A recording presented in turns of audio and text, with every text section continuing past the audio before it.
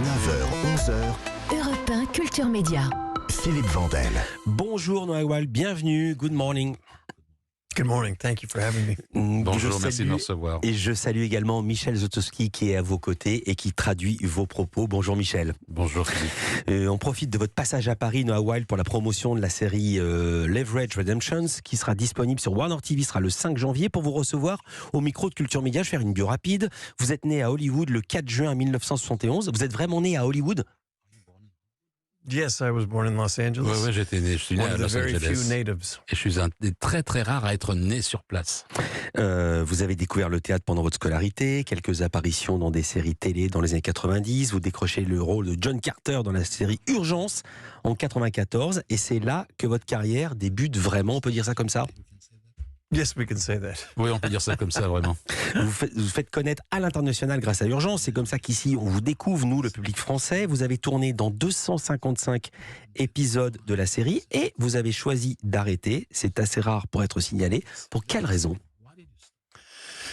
I had my first child born in Bien, j'ai eu mon 2002. premier enfant qui est né en He was 2002. born on a Wednesday. Il est né un mercredi. They gave me Thursday Et off. ils m'ont dit que je pouvais prendre I mon went back to jeudi. work on Je Friday suis and saw retourné him for travailler the le first time vendredi. on Saturday. Et j'ai vu mon fils pour la première And fois then the following samedi. Monday, Et puis le I quit. lundi suivant, j'ai quitté, j'ai arrêté.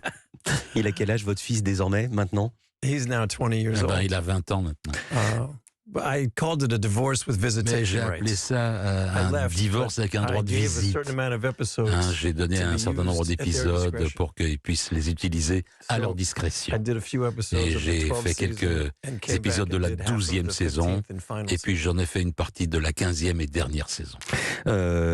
George Clooney a déclaré qu'il y avait une très bonne ambiance sur le plateau d'Urgence, que la série lui a permis de se faire de très bons amis, dont vous faites partie, il vous a cité. Vous avez encore le temps de vous voir ? Neither of us have the time to see each Aucun other as d'entre often nous as n'a we plus would le like, temps de voir qui que ce but soit. thankfully we Mais are heureusement, avid texters, and we Nous like to avons send each des other funny textos messages et on s'envoie des petits messages rigolos. Alors, à la suite de votre départ de la série Urgence, vous êtes resté dans le petit écran avec des séries comme Flynn Carson. Vous avez senti l'importance qu'allaient prendre les séries dans la vie des gens, ou bien on ne vous a jamais proposé de rôle au cinéma qui retienne votre attention ? A little bit of both. Un petit peu des deux. I tend to think of myself as a Je blue-collar me actor. considère comme I like going to un work every day ouvrier and du working with the same jeu. people. Je vais tous les jours travailler avec les mêmes personnes.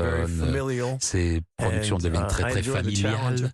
Et j'aime bien si vous voulez, le défi de jouer le même personnage assez longtemps. Et puis on m'a pas offert d'autres films. Alors justement, vous êtes avec nous ce matin parce que vous êtes à l'affiche d'une série, Leverage Redemptions. C'est la suite de la saison 1 de la série Leverage. Est-ce que vous pouvez la résumer ? Je vais poser une question à Michel d'abord. Comment vous traduisez Leverage Redemptions ? Comment ça se traduirait ? Je me lancerai pas là-dedans. C'est pas comme si vous étiez traducteur. Alors racontez-nous, Noah Wild, que raconte cette série Leverage Redemption. It's a reboot of an old show that was on. En fait, c'est une reprise d'un vieux show qui était à l'antenne il y a une dizaine d'années. C'est une équipe de Robin des Bois, des méchants qui font des bonnes choses pour aider les petits vieux qui sont maltraités par la vie. Genre, c'est une petite série de crimes, mais bon, avec beaucoup de comiques aussi. Alors vous-même, vous incarnez Harry Wilson, qui est un avocat d'entreprise. Comment vous définiriez votre personnage ? Très semblable à un film fait par George Clooney il y a quelques années, Michael Clayton. Il a joué un avocat qui est engagé pour faire le ménage, pour ainsi dire, dans une entreprise qui s'était un petit peu sali les mains. En fait, ce personnage a une crise de conscience. Et au milieu de sa vie, il décide de changer de casquette, pour ainsi dire. Et puis voilà, il est introduit dans cette équipe et ils utilisent ses anciens clients comme le départ d'une liste de méchants auxquels il faut s'en prendre. Est-ce que vous voyez, plutôt, est-ce que votre personnage se voit comme un Robin des Bois des temps modernes ? it's a show that doesn't have a lot of irony. C'est un or show cynicism qui a to it. pas beaucoup d'ironie ou de cynisme, c'est à l'ancienne. The good guys wear white hats and the bad guys wear black hats. Disons que les gentils ont des chapeaux blancs, les méchants ont des chapeaux noirs, et puis voilà, et puis il faut qu'il y ait de la justice. Il faut mais mon personnage n'est pas véritablement un héros, mais il est sur la voie de la rédemption, d'où le titre, Leverage Redemption. Qu'est-ce qui est le plus agréable à jouer? C'est d'avoir un chapeau blanc ou d'avoir un chapeau noir? I think I'd rather meet a bad man on his best day than a good man on his worst day. Il vaut mieux rencontrer quelqu'un de méchant quand il est dans ses bons jours que quelqu'un de bon quand il est dans ses mauvais jours. Bien vu. Il y a de nombreux films de braquage dans l'histoire du cinéma. On pense notamment à la série des Ocean 11, Ocean 12, ou alors la série La Casa des Papel, dans laquelle chaque braqueur avait sa spécialité, comme dans votre série Leverage Redemption. En quoi votre série est-elle originale? Se distingue-t-elle des autres? C'est dans le ton, la tonalité. On peut regarder ce show avec vos parents et avec vos enfants. Il y a certains shows dans lesquels vous voudriez vraiment vous immerger pour ne perdre aucun détail. Mais là, vous pouvez préparer votre dîner et puis vous pouvez aider vos gosses à faire leurs devoirs en même temps. Il n'y a pas de gros mots. C'est assez rare dans une série américaine. Non. Pour la deuxième saison, vous avez écrit, réalisé des épisodes également, c'est bien ça? Yes, oui, j'en ai réalisé 3 de la première saison, 2 de la deuxième saison, et un d'entre eux, c'est même moi qui l'ai écrit. Quel plaisir vous y avez trouvé?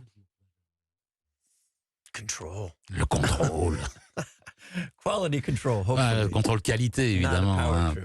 C'est pas un jeu de pouvoir. Et est-ce que quand vous réalisez vous-même l'épisode, ou plus fort encore, quand vous l'écrivez vous-même, vous donnez le très beau rôle? Je me donne une bonne scène, pas le meilleur rôle. J'ai écrit pour les autres de façon très très correcte et très bien même.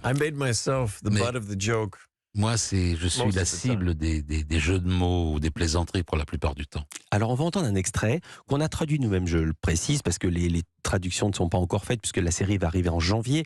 Extrait dans lequel votre personnage explique sa motivation à rejoindre le gang de braqueurs et à se venger de son actuel employeur sans scrupules. Extrait. Je voulais pas de tout ça, c'est de la folie. De toute évidence, c'est de la folie. Travailler avec vous, c'est de la folie. J'ai essayé. J'ai essayé de faire ce qui est juste en restant droit pour me racheter. Je dois le faire payer. Je ne peux rien faire pour me racheter et me faire pardonner. Je dois le faire payer. Je dois le faire payer. Pas mal la traduction. Que symbolise Harry que vous interprétez dans la série? Vous le voyez comment? Comme quel emblème? He's like a lot of people, very skilled at what he does. Il est très doué dans ce qu'il fait, mais quand vous êtes super doué, vous devenez myope. Vous ne voyez pas les conséquences de vos actions. Et quand vraiment il fait un pas en arrière et quand il regarde ce qu'il fait, eh bien, vraiment, il se sent coupable. La culpabilité le submerge. Donc, il dévoue le reste de sa vie à effacer tout le mal qu'il a fait pendant la première partie. La série est déjà sortie aux États-Unis, et si oui, quelles ont été les audiences, quels ont été les retours? Très très positif. Le premier public, c'était l'ancien public, qui était tellement fidèle que c'est eux qui ont fait revenir l'émission à l'antenne. Et ça, c'était notre première inquiétude. Et puis vraiment, on a beaucoup plu à ce public-là. Et je suis très confiant qu'on gagnera des nouveaux publics aussi. Vos nouveaux projets, Noah Wyle, ce sera ma dernière question. J'ai toujours de nouveaux projets. Moi, je suis un jongleur, j'essaie d'avoir beaucoup de cartes dans mon jeu en même temps. Je ne serai jamais inactif. Merci beaucoup d'avoir été avec nous ici, d'être passé dans le studio en direct de Culture Média, Noah Wyle. Merci beaucoup. Merci beaucoup. Et je salue également Michel Zlotowski. Merci beaucoup.